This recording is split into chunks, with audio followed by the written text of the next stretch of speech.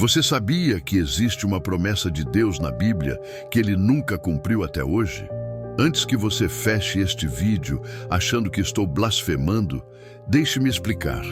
Essa promessa só não foi cumprida porque nós, como humanidade, nunca testamos Deus da maneira que Ele nos autorizou a fazer. Está em Malaquias 3:10, onde Deus literalmente nos desafia a provar se Ele não abrirá as janelas dos céus. É a única vez na Escritura onde o Criador do Universo diz: "Me teste, ponha-me à prova. Meu nome é seu nome." E aqui nos Segredos da Bíblia, mergulhamos nas verdades mais profundas e transformadoras da Palavra de Deus. E hoje, vamos explorar algo que pode mudar completamente a maneira como você enxerga a sua fé. As 8 promessas mais poderosas que Deus fez à humanidade. Mas aqui está o problema. A maioria das pessoas conhece essas promessas superficialmente. Elas decoram os versículos, colocam em quadrinhos nas paredes, compartilham em redes sociais, mas não experimentam o poder transformador dessas palavras em suas vidas. Por quê? Porque há um segredo escondido em cada uma dessas promessas, uma chave que desbloqueia sua manifestação real em nossa existência. Imagine Abraão, um homem de 75 anos sem filhos, recebendo a promessa de que seria pai de multidões. Pense em José, apodrecendo numa prisão egípcia, com apenas sonhos de Deus como esperança. Ou Davi, um pastor de ovelhas que foi prometido um reino eterno. O que essas pessoas tinham que nós não temos? Elas conheciam o segredo de transformar promessas em realidade. Nos próximos minutos, você vai descobrir não apenas quais são essas 8 promessas fundamentais, mas também como ativá-las em sua vida. Prepare-se, porque algumas dessas revelações vão desafiar tudo que você aprendeu sobre fé. Vamos começar. A primeira promessa está em Filipenses 4:19, e é sobre algo que tira o sono de milhões de pessoas todos os dias: provisão. O meu Deus suprirá todas as vossas necessidades segundo as suas riquezas na glória em Cristo Jesus. Parece simples, certo? Mas aqui está o segredo que poucos percebem. A palavra necessidades no grego original é kreia, que significa não apenas o básico para sobreviver, mas tudo aquilo que é necessário para cumprir o propósito de Deus para a sua vida. Não é sobre luxo ou ganância, mas sobre ter os recursos necessários para ser quem Deus chamou você para ser. Olhe para a história de Elias. Em 1 Reis 17, Deus promete sustentá-lo durante a seca. E como Deus cumpre? Através de corvos que trazem pão e carne, e depois através de uma viúva pobre que tinha apenas um punhado de farinha. O método de Deus foi completamente inesperado, até estranho. Os corvos eram considerados animais impuros, mas ali estava a provisão. Aqui está a chave. Deus não promete provisão da maneira que você planeja, mas da maneira que Ele escolhe. Quantas vezes rejeitamos a provisão de Deus porque ela não veio no pacote que esperávamos? Você ora por um emprego melhor, mas Deus pode estar te oferecendo uma habilidade nova através de uma dificuldade. Você pede dinheiro, mas Deus pode estar te ensinando contentamento que vale mais que ouro. A viúva de Sarepta estava preparando a última refeição para ela e seu filho antes de morrerem de fome. Mas quando ela colocou Deus em primeiro lugar, servindo ao profeta primeiro, sua botija de azeite nunca se esvaziou. A promessa se cumpriu através da obediência, não através da lógica humana. Qual é a aplicação prática? Pare de ditar para Deus como Ele deve te prover. Abra os olhos para as portas que Ele já está abrindo, mesmo que não sejam as portas que você imaginou. A provisão de Deus é criativa, sobrenatural e sempre pontual. A segunda promessa é encontrada em Hebreus 13:5 e ela toca na maior necessidade humana: não estar sozinho. Não te deixarei, nem te desampararei. Em grego, essa frase usa uma negação dupla extremamente enfática, algo como: Jamais, em hipótese alguma, de maneira nenhuma te abandonarei. Mas vamos ser honestos. Quantas vezes você já se sentiu completamente abandonado por Deus? Você ora, chora, suplica, e o silêncio é ensurdecedor. Onde está essa presença prometida? Aqui está o segredo revolucionário. A presença de Deus não é um sentimento, é um fato. Josué 1:9 nos diz para sermos fortes e corajosos, porque Deus está conosco aonde quer que formos. Não diz, seja forte e corajoso quando sentir que Deus está com você. A presença de Deus é uma realidade objetiva que existe independentemente de nossa percepção emocional. Pense em José, vendido como escravo por seus próprios irmãos, caluniado e jogado na prisão. Gênesis 39:2 diz algo extraordinário. O Senhor estava com José. Não diz que José sentia que Deus estava com ele, simplesmente declara o fato. E foi essa presença imperceptível que transformou cada tragédia em trampolim. Na prisão, José não teve visões ou sonhos de Deus por anos, mas a presença estava lá, trabalhando silenciosamente, conectando pessoas, preparando circunstâncias, até que no tempo perfeito, José foi da prisão ao palácio em um único dia. A presença de Deus estava operando durante todo o silêncio. Agora eu quero fazer uma pausa e pedir algo a você. Se esta mensagem está tocando seu coração, deixe um comentário com a palavra presente, para que eu saiba que você está compreendendo o poder dessas promessas. E se você tem alguém que precisa ouvir isso, compartilhe este vídeo agora. Vamos continuar? Vamos! A terceira promessa está em João 14:27, onde Jesus diz, deixo-vos a paz, a minha paz vos dou. Mas não é qualquer paz. É a paz que excede todo entendimento, segundo Filipenses 4:7. E aqui está algo que vai chocar você. Essa paz não é a ausência de problemas, mas a presença de Deus em meio ao caos. Veja a cena. Jesus está no barco com os discípulos quando uma tempestade violenta surge. As ondas cobrem o barco e os discípulos, muitos deles pescadores experientes, entram em pânico total. Onde está Jesus? Dormindo tranquilamente na popa do barco. Marcos 4:38 nos diz que ele estava dormindo sobre um travesseiro enquanto o barco afundava. Essa imagem é profundamente simbólica. A paz de Cristo não dependia das circunstâncias externas, mas de uma confiança interior no Pai. Ele dormia não porque era inconsequente, mas porque tinha paz absoluta sobre quem estava no controle. O segredo da paz de Deus é este. Ela não é conquistada através de controlar suas circunstâncias, mas através de entregar o controle a Deus. Paulo escreveu sobre paz que excede todo entendimento enquanto estava acorrentado em uma prisão romana.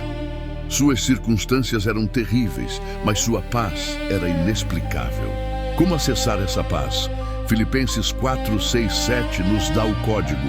Por nada estejais ansiosos, mas em tudo, pela oração e pela súplica, com ações de graças, sejam conhecidas diante de Deus as vossas petições. Veja a ordem. Não esteja ansioso, ore sobre tudo, faça isso com gratidão, e então a paz virá. A gratidão é o catalisador. Quando você agradece a Deus em meio ao problema, você está declarando que confia nele apesar do que vê. E é aí que a paz sobrenatural invade sua alma, guardando seu coração e sua mente em Cristo Jesus. A quarta promessa é encontrada no Salmo 91, o Salmo da proteção divina. Aquele que habita no esconderijo do Altíssimo, à sombra do Onipotente, descansará. Este salmo promete proteção contra pragas, terror noturno, flechas de dia, pestilência, destruição. Uma lista impressionante de ameaças, mas tem um detalhe crucial no primeiro versículo que a maioria ignora. Aquele que habita. Não diz aquele que visita ou aquele que passa no esconderijo do Altíssimo. Habitar significa morar, estabelecer residência, viver permanentemente. A promessa de proteção não é um talismã mágico para quem recita o salmo em momentos de crise. É uma cobertura para aqueles cuja vida inteira está escondida em Deus. É a diferença entre correr para a fortaleza quando o inimigo ataca e já estar vivendo dentro da fortaleza. Daniel nos dá um exemplo perfeito. Quando foi jogado na cova dos leões, não foi porque orou naquele momento específico pedindo proteção. Ele foi protegido porque tinha o hábito de orar 3 vezes ao dia, todos os dias, por décadas. Sua vida estava escondida em Deus muito antes da crise chegar. Daniel 6:10 nos diz que ele fazia isso como costumava fazer. Aqui está a verdade inconveniente. Você não pode viver longe de Deus e esperar a proteção de Deus quando o perigo chega. A proteção divina é um subproduto de intimidade divina. Os anjos acampam ao redor daqueles que temem ao Senhor, diz o Salmo 34:7. Não ao redor daqueles que ocasionalmente se lembram dele. Isso não significa que cristãos fiéis nunca enfrentam provações. Daniel foi para a cova dos leões, mas Deus estava com ele lá dentro. Os 3 jovens hebreus foram para a fornalha, mas o 4º homem apareceu no fogo. A proteção de Deus às vezes significa livramento da provação, mas frequentemente significa livramento na provação. A 5ª promessa revoluciona como você enxerga as dificuldades da vida. Está em Romanos 8:28. Todas as coisas cooperam para o bem daqueles que amam a Deus, daqueles que são chamados segundo o seu propósito. Note, todas as coisas, não algumas, não apenas as boas, todas. Mas aqui está o segredo que muda tudo. O versículo não diz que todas as coisas são boas, mas que cooperam para o bem. Há uma diferença enorme. Ser traído não é bom. Perder um emprego não é bom. Enfrentar uma doença não é bom. Mas Deus, em sua soberania infinita, pode tecer até os fios mais escuros em um tapete de propósito. José entendeu isso profundamente. Em Gênesis 50:20, ele diz aos irmãos que o venderam: Vós intentastes o mal contra mim, porém Deus o tornou em bem. A traição foi real, a dor foi real. Mas Deus usou tudo isso para posicionar José onde ele poderia salvar nações inteiras da fome. O que os irmãos planejaram para destruição, Deus redesenhou para libertação. O que o diabo intentou para derrota, Deus transformou em vitória. Mas atenção, isso levou 13 anos de sofrimento antes de José ver o propósito. 13 anos onde nada fazia sentido. Aqui está a aplicação radical. Pare de desperdiçar energia tentando entender por que certas coisas aconteceram com você. Pergunte ao invés: Deus, como você vai usar isso? Quando você muda a pergunta, muda sua perspectiva. Você para de ser uma vítima e se torna um participante ativo no plano de Deus. Antes de continuarmos, deixe nos comentários qual dessas promessas você mais precisa hoje. Provisão, presença, paz, proteção ou propósito. E se este conteúdo está edificando sua fé, inscreva-se no canal e ative o sininho para não perder nenhum segredo da Bíblia. A 6ª promessa está em Atos 1:8, onde Jesus declara: Recebereis poder ao descer sobre vós o Espírito Santo. Esta promessa foi cumprida dramaticamente em Atos 2, no dia de Pentecostes. Mas aqui está o que a maioria perde. Esse poder não foi dado para entretenimento espiritual, mas para testemunho eficaz. A palavra poder aqui é dinamis, em grego, de onde tiramos a palavra dinamite. É poder explosivo, transformador, que muda estruturas. Mas observe o propósito: sereis minhas testemunhas. O poder não é para seu conforto, mas para sua comissão. Pedro nos dá o exemplo perfeito da transformação. Antes de Pentecostes, ele negou Jesus 3 vezes com medo de uma serva.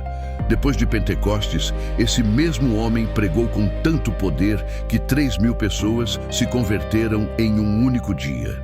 O que mudou? Não foi seu conhecimento teológico ou sua força de vontade. Foi o poder do Espírito Santo.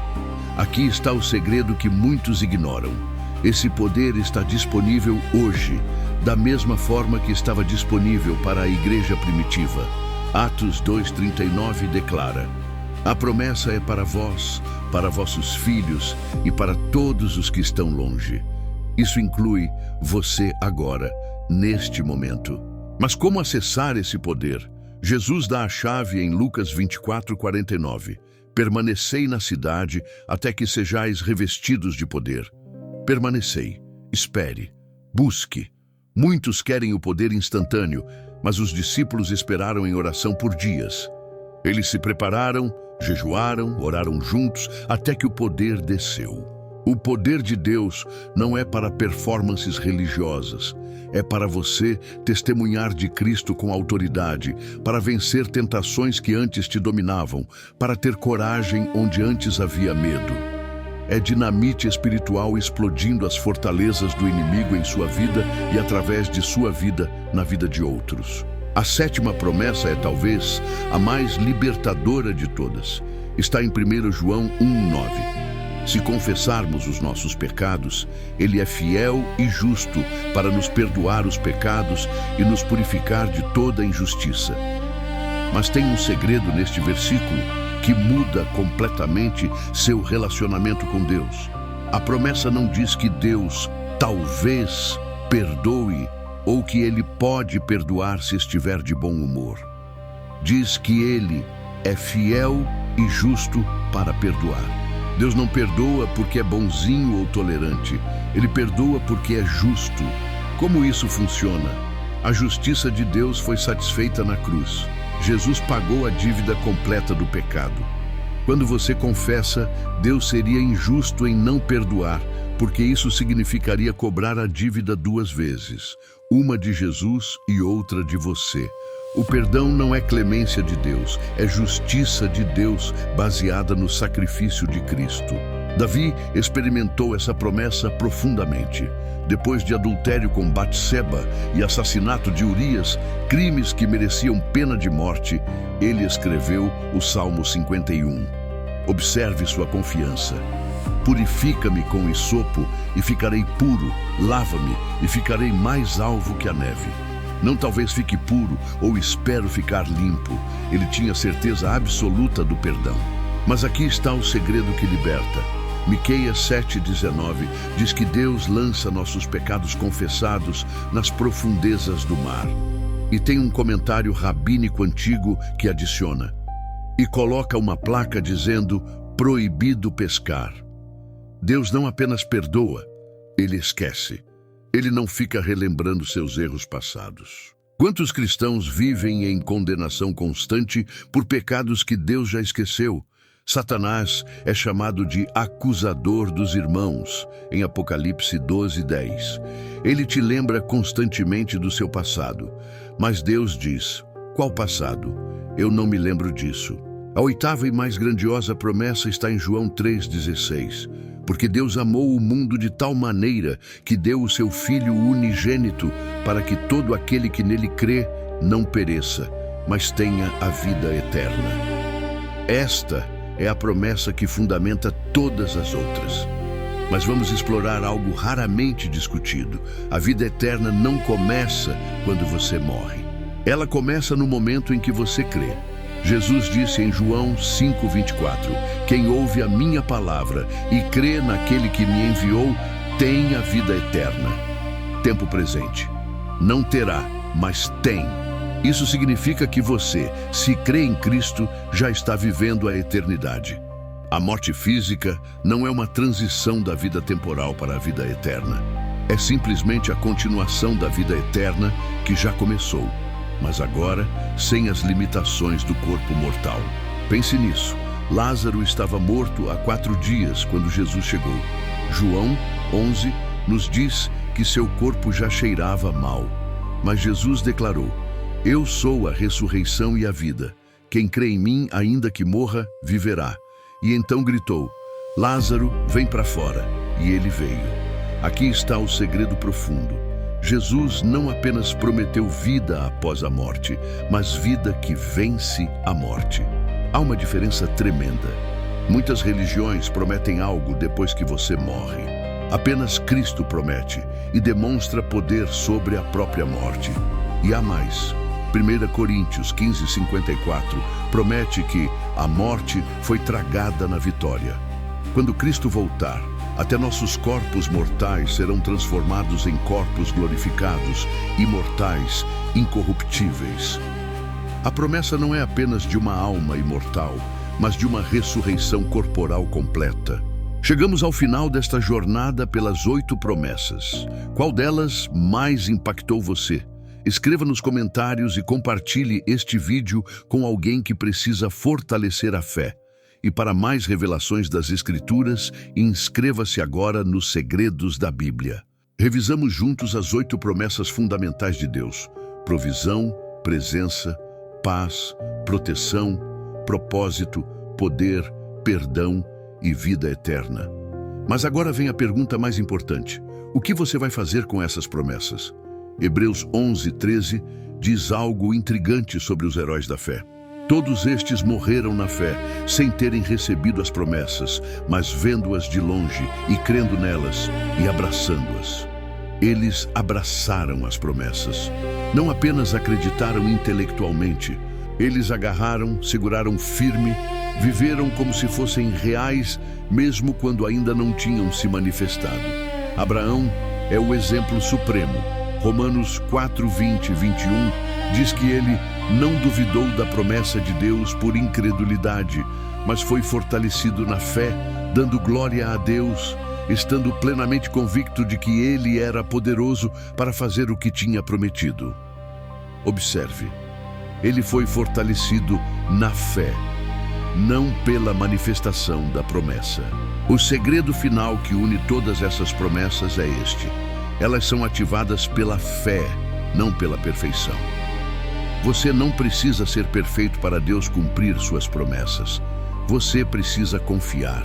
Abraão mentiu sobre sua esposa. Davi cometeu adultério e assassinato. Pedro negou Jesus.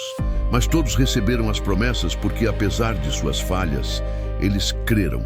Sua tarefa agora não é apenas memorizar essas promessas ou decorar os versículos.